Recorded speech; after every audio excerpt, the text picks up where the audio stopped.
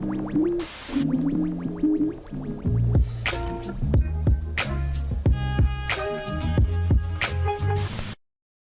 going on, everybody? This is Marcus, and I'm here with my lovely wife, Shira. And we would like to thank you for joining us on another episode of the Black Married and Debt Free podcast. But really, where else would you be? You know what I mean? Stop. This is your number one spot for marriage and finance. You know what I mean? On Apple iTunes. You know what I'm saying? On Spotify, on YouTube. So welcome. But Shira, how are you doing today? I'm doing well. Thank you. How are you? I'm doing pretty good. I'm excited to get into this very interesting topic today. Yes. But I'm doing pretty good. I'm trying to think. No real news, you know what I mean? Just kind of trucking along.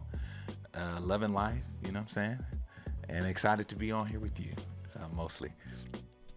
Well, let's get into it, Shire. I need you to walk me through this crazy story that you didn't turn me on to. Oh my goodness! I'm gonna let you try this one. No, I mean, I literally just read the story, yes. And I'm like, okay, let's talk about it.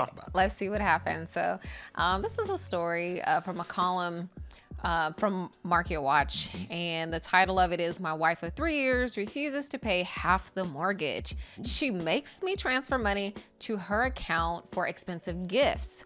What can I do?" Spicy. I need a few more details, but this is already interesting.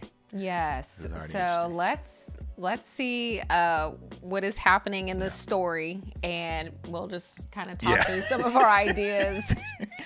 Okay, so it reads, since our marriage 3 years ago, my wife has not spent a single penny while earning equal to me or more. Okay. She also makes me transfer money to her account for expensive gifts. As this is my second marriage, I'm trying hard to keep it. 1 year before we bought our house, she made me pay 65% of the down payment and other expenses. Both of our names are on the house and loan. She is refusing to pay 50% of the mortgage and making me pay 60%. Her financial condition is much better than mine. She is set for retirement. I am paying for all of the household bills, medical expenses, and our baby daughter's expenses. She never paid anything and is not ready to do so either.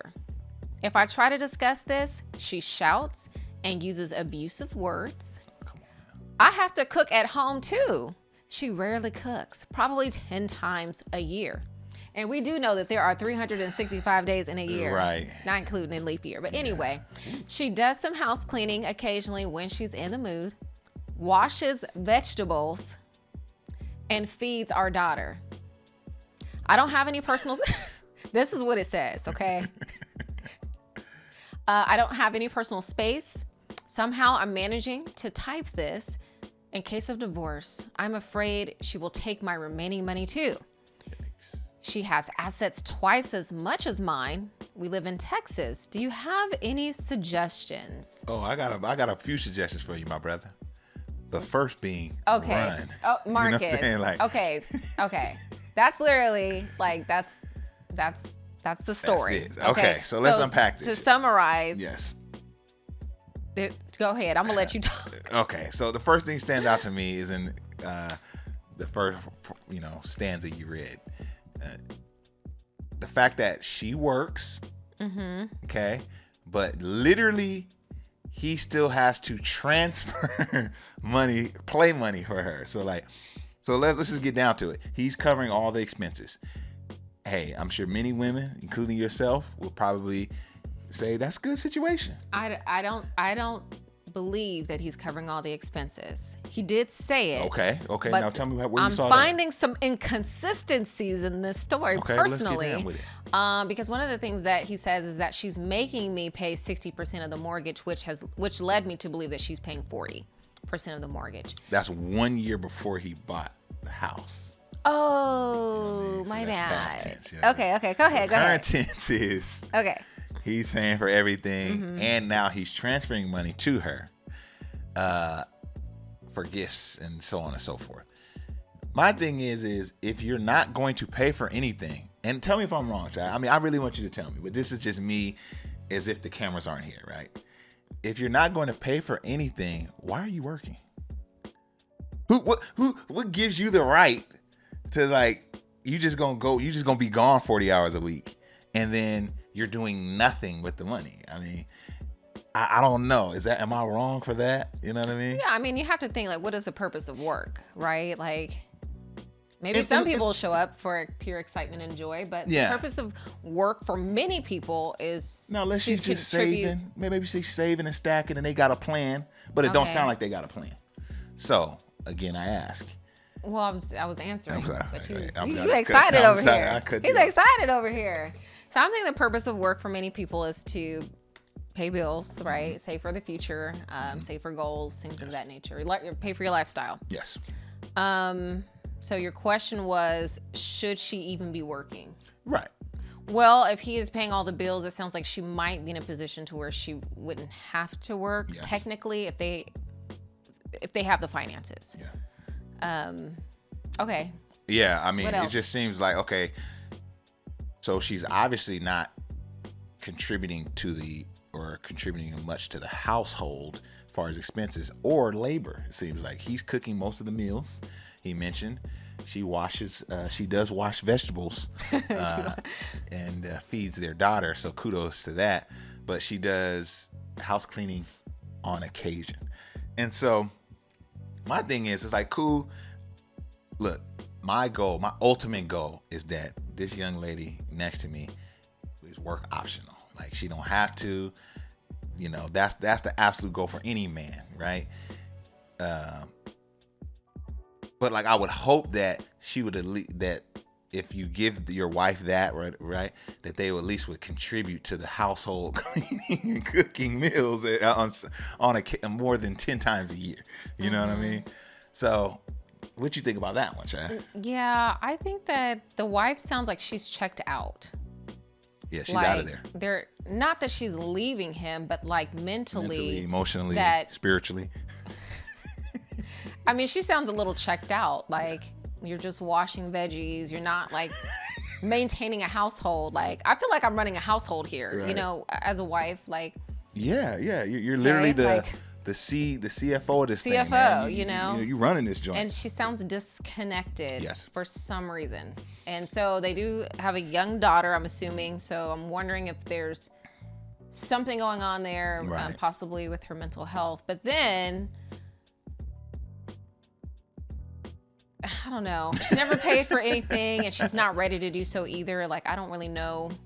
Yeah. I don't know what that means. I don't know. They're still very young in their marriage, like 3 years. Like, year 3, I mean, year 3 is a tough year. Yeah, year 3 is a tough year. Like, you're still learning each other. You're still getting into the flow. Depending on how old they are, they're probably still filling out their careers. Year 3 is still, I could be done with this. Like, year 3 is still, we ain't been together that long. People do walk away. Yeah. People do walk away, but now there's a child that's involved. Yes. He's been divorced before. He doesn't want to go through that. It sounds like there's there's interest in making it work. Oh, yeah, he's trying to make it work. It sounds like there's a break in not just communication, but the expectation. What were the expectations walking into this marriage? Did she come into the marriage thinking that, well, he's the man, he should be paying all of the bills if he could afford to?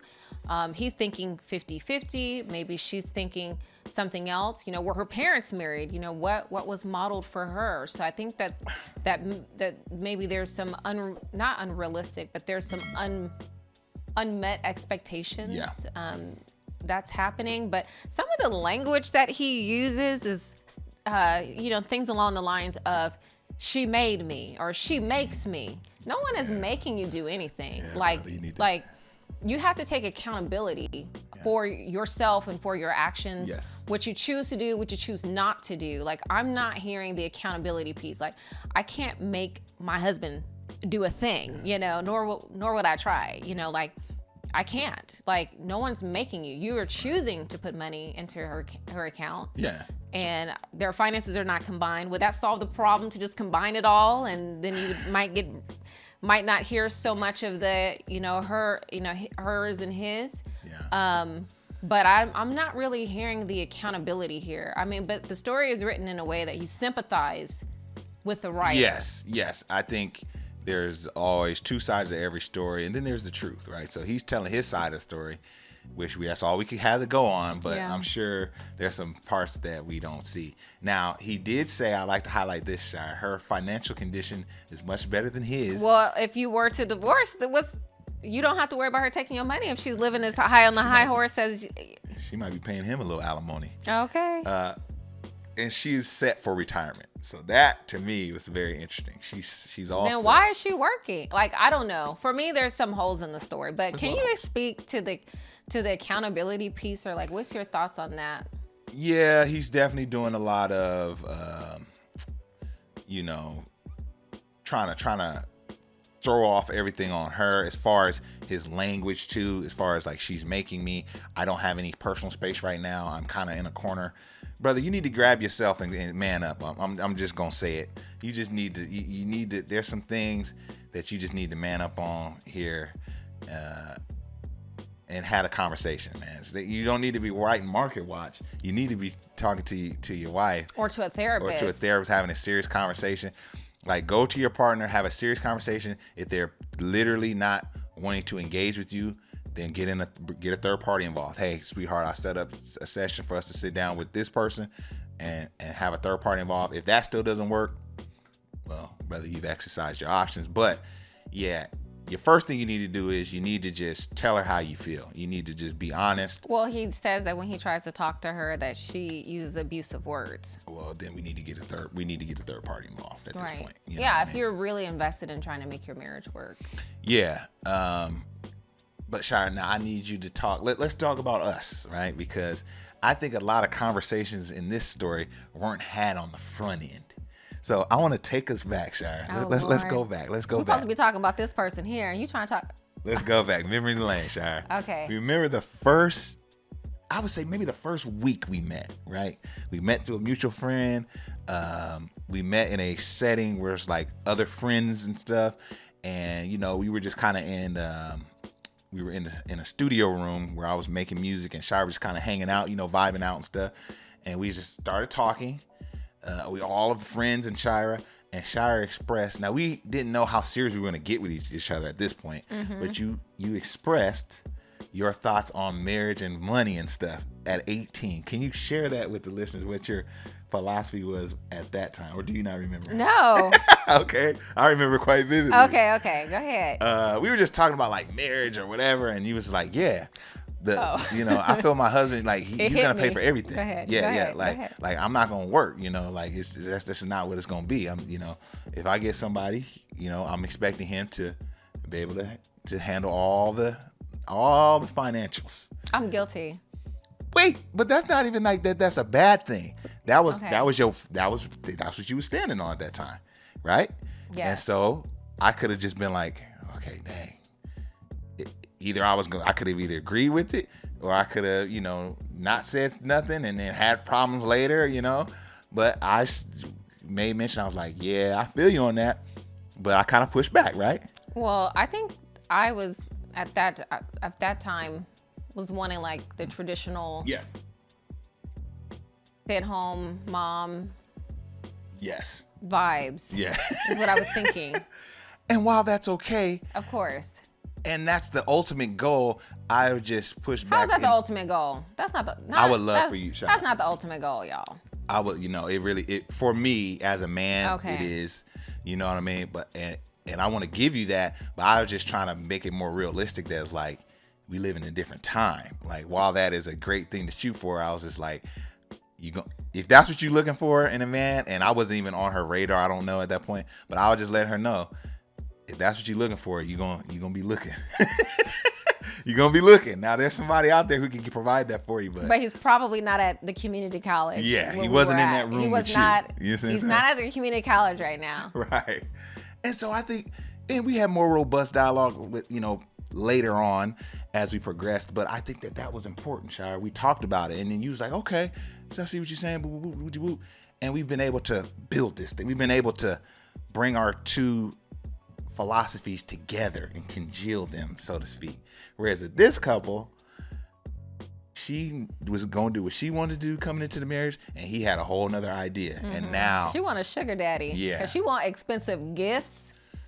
I mean, she does go to work, but she is keeping her income. So I don't know. And going back to the traditional philosophy that you had at 18, you didn't say, oh, but I'm going to be working, though. I'm going to be working and making more than you, but I just ain't spending my money. That wasn't your vibe. Your vibe was, I would like, potential stay-at-home mom, so on and so forth. This lady, she making more money than him, Shire. What do you think about that? I need to get your take on that. Well, good for you. If you making a good money, you have good income, good for you. I'm not gonna income shame someone, I just made up a term, income shame. I like that. Yeah, I like that. Yeah. Okay, it was coined by me. But at the same time, it's like why can't he? Let's play devil's advocate for a little bit. Why can't he pay the bills? Why not? He can. He absolutely can. Like, everybody has a different situation, I think he can pay the bills. Where it gets off the rails for me, like I like to always say, that's my safe word with Shire. Where it gets off the rails. That's not the safe word. You got the triggering word. But where it begins to go off the rails for me is now he's giving her money for play. But she already has money for play. Exactly. Yes. That's where it goes off the rails for me. If he can cover all the bills, hey man, let's do it. I want all my. I don't want any money left over from what I work from my income. I want it to cover everything it can. And if there's play money to be had, it's either ours or it's Shira's. So that I agree with, brother. Go down to zero paying for your portion of what you can pay for. Mm-hmm. But when you start giving, now she has her own play money, but she want to spend Red's money. See, that's where I go off the rails. Yeah. What you think about that? This relationship just seems really unhealthy. Like, I don't like well, I don't know. She doesn't like the toxic. The T word. It just seems unhealthy. It feels imbalanced. Yeah. Like, being married, working a full-time job, having a baby, you have your home, you have bills, like there's a lot going on, and it really just feels imbalanced. It seems like one person is taking on all the responsibility of the bills, the responsibility for the meals, maybe a lot of the responsibilities with the child as well. And the other person doesn't seem engaged. Right. That's a good way to put it. Doesn't seem engaged. Yeah, but What's some solutions, Shai? Some suggestions? I kind of laid some out, but do you have any suggestions? Ultimately? Yeah, I think that they are a good candidate to work with a therapist. Like, they need professional help that is beyond just writing into an online website, Right. which I think is great, right? Yes. Because when folks do that, when they're sharing their stories, then we can have these types of dialogues. So I'm not saying don't do that, like do it, but at the same time, it does feel like there's an imbalance in their relationship. It sounds like there's unmet expectations. And it sounds like they need some professional help. And I'm also wondering what some folks are saying in the comments. Let's dig on some of these comments. Okay, I'm just letting y'all know. I'm just reading them. I haven't read them previously. I'm just gonna read them now. So someone says that she earns as much as you, but forces you to give her your money for gifts. That makes 0 sense. How does a grown man get forced into handling over money? Which is kind of what you were saying. Yeah, I understand where that person is coming from in that comment. And someone else says, seems like she wanted a marriage where her husband was a breadwinner provider and compromised. And you wanted a 50-50 marriage and settled. Wow. I'm certain you discussed this prior to marriage, or you had strong indications while dating of where you both fell on marital responsibilities and finances. I think that's a really fair assessment. And it does go into some unmet expectations. Maybe she wanted, maybe in her mind, she wants their breadwinner, provider / sugar daddy is what it sounds like to me a little bit. And but at the same token, because she's not doing a lot of the housework or preparing any of the meals, like things that are like traditionally seen as, you know, in the female role. And shout out to the brothers who cook, okay, and help out, because we all have to eat, and so that is always appreciated. But if she wanted traditional marriage, but her herself is not taking on a traditional role, is what I'm trying to point out. Yes, and that's where that's where it doesn't make sense for me, because it's like you're not being traditional, but you want him to operate in a traditional manner. So I don't know, man. But it's interesting that both the first comments we read, the first one spoke to your point, and the second one spoke to my point of y'all didn't communicate on the front end. Yeah, okay, this might be a little bit controversial. Let's get on it. Someone says never marry someone who's unwilling to commingle income after marriage. We're only hearing one side of the story here, but they need a joint account for their income. All living expenses paid from that account. I've always thought married folk talking about my money when it should be our money, live life with one foot out the door. This guy sounds miserable and should consider an exit strategy. So what do you think about that comment? We've had this conversation before. And me personally, I feel like commingling finances is healthy. I think it's healthy. It's like immersion. It's like being immersed in a culture when you're going to traveling abroad. I think you need to immerse yourself by joining your finances. But we've also said that everyone's different. Every marriage works different. But this one's not working. This one isn't working. Yeah. Ooh. So I think this may be a good option, you know, or this would have been. It might be too late. Let me just say, it would have been a good option. Many say you get married, the two become one. Come on now. So I need access. Yeah. I need access. Yeah. So we have joint account and it works for us, but we married so young. We didn't have any assets. Right. And it sounds like they're in a similar position as well. Like they just recently bought a home.